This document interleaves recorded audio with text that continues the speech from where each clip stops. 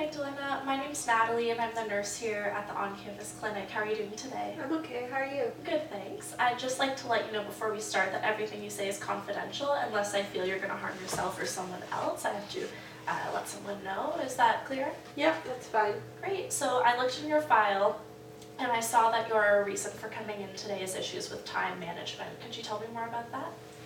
Yeah, I found that I've been spending way too much time on social media.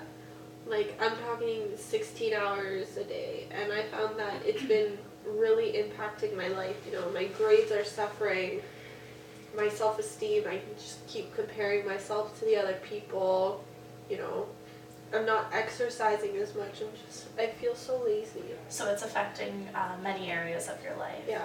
So we only have a few minutes here today. I'd just like to sort of set an agenda. I have some things I'd like to talk about, but I want to know what your biggest concern is so we can focus on that today.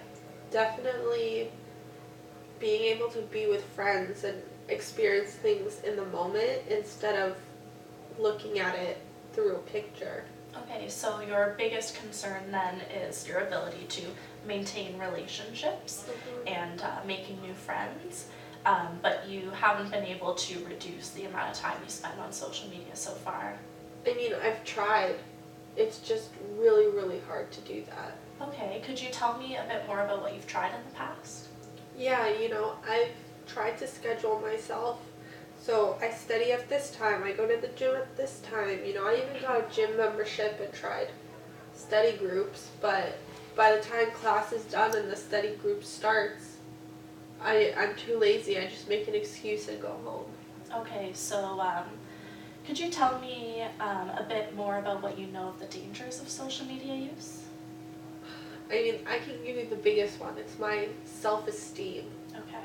With constantly comparing myself to those people, it feels shitty.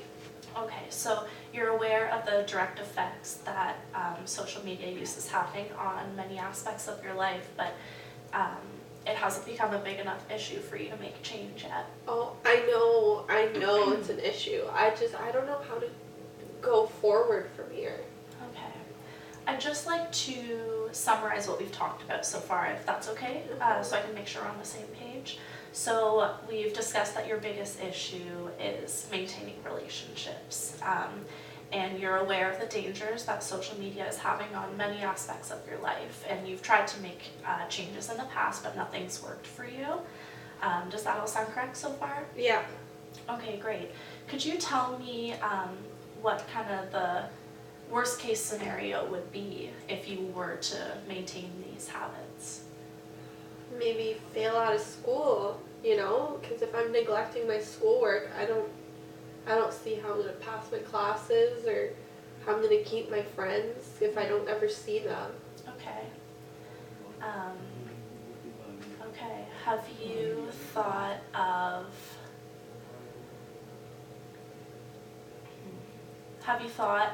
have you pictured yourself changing anything where you're at in your life right now?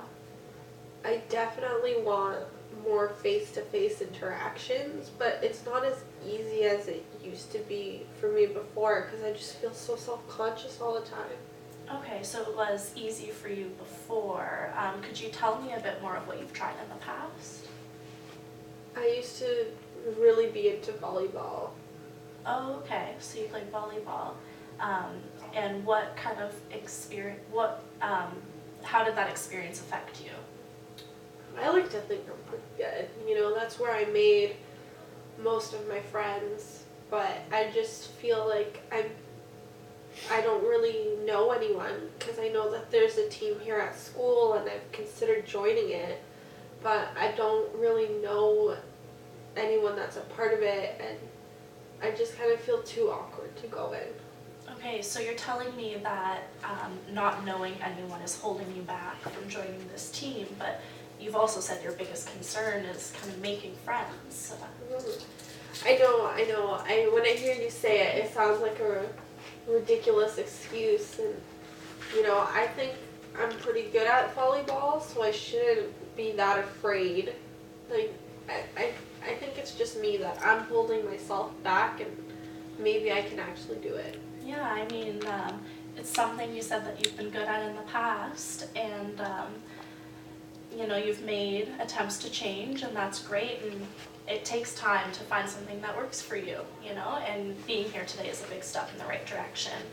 Now, I just want to kind of assess where you are in your confidence and your ability to change. So if you could tell me on a scale of 1 to 10 where you feel you are in your confidence, 10 being the most confident.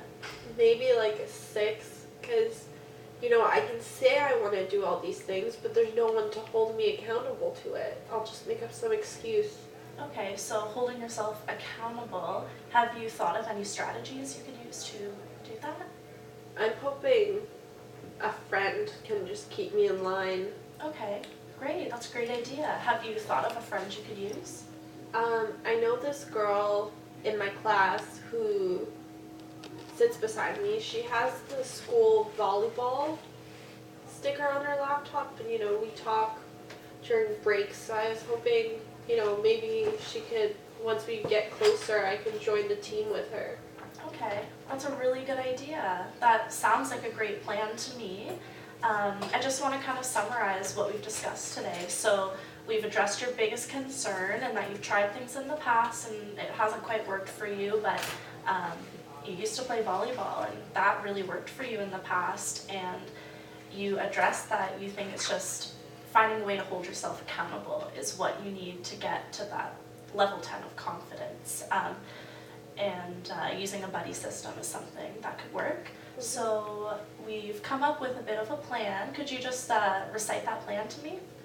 Yeah, definitely, you know, kind of just maybe bring it up with the girl that I sit beside to get involved with the volleyball team. Maybe that's just my first step into building self-confidence and getting together. Right.